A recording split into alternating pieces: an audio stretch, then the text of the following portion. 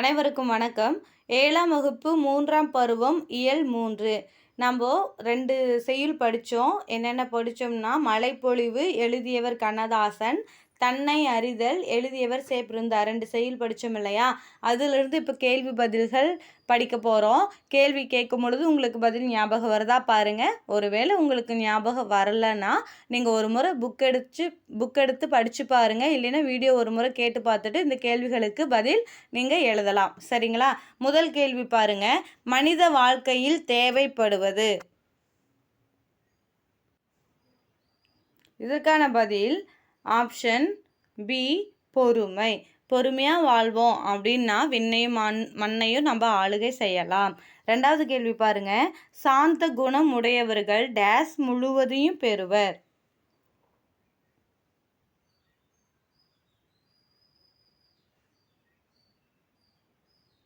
Option C, உலகம் முழுவதையும் பெறுவர்.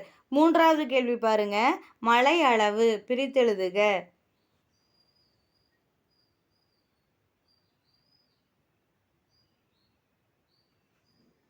ஆப்ஷன் பி, மழை கூட்டல் அளவு.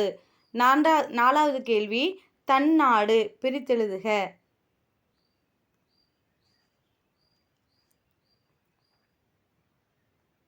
ஆப்ஷன் பி, தன்மை கூட்டல் நாடு. 5வது கேள்வி.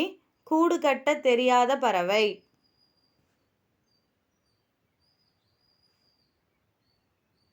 ஆப்ஷன் பி, குயில்.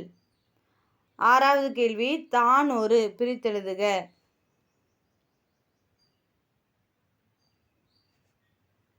ஆப்ஷன் சி, தான் கூட்டல் ஒரு.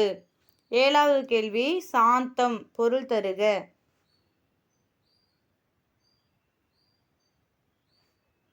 ஆப்ஷன் ஏ, அமைதி. 8வது கேள்வி. தாரணி பொருள் தருக.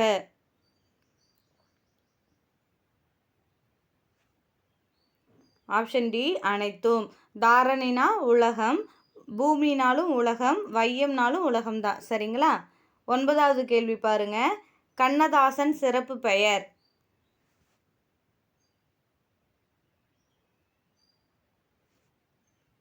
Option A, Kaviyarasu.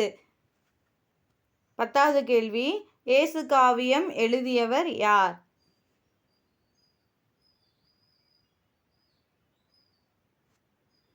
Option B, Muthiah.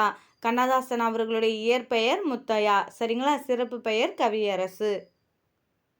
அவ்வளோதான், நம்ம படித்து முடிச்சிட்டோம். கண்டிப்பாக உங்களுக்கு பிரயோஜனமாக இருக்கும் நான் நினைக்கிறேன். மீண்டும் அடுத்த வகுப்பில் உங்களை சந்திக்கிறேன். நன்றி.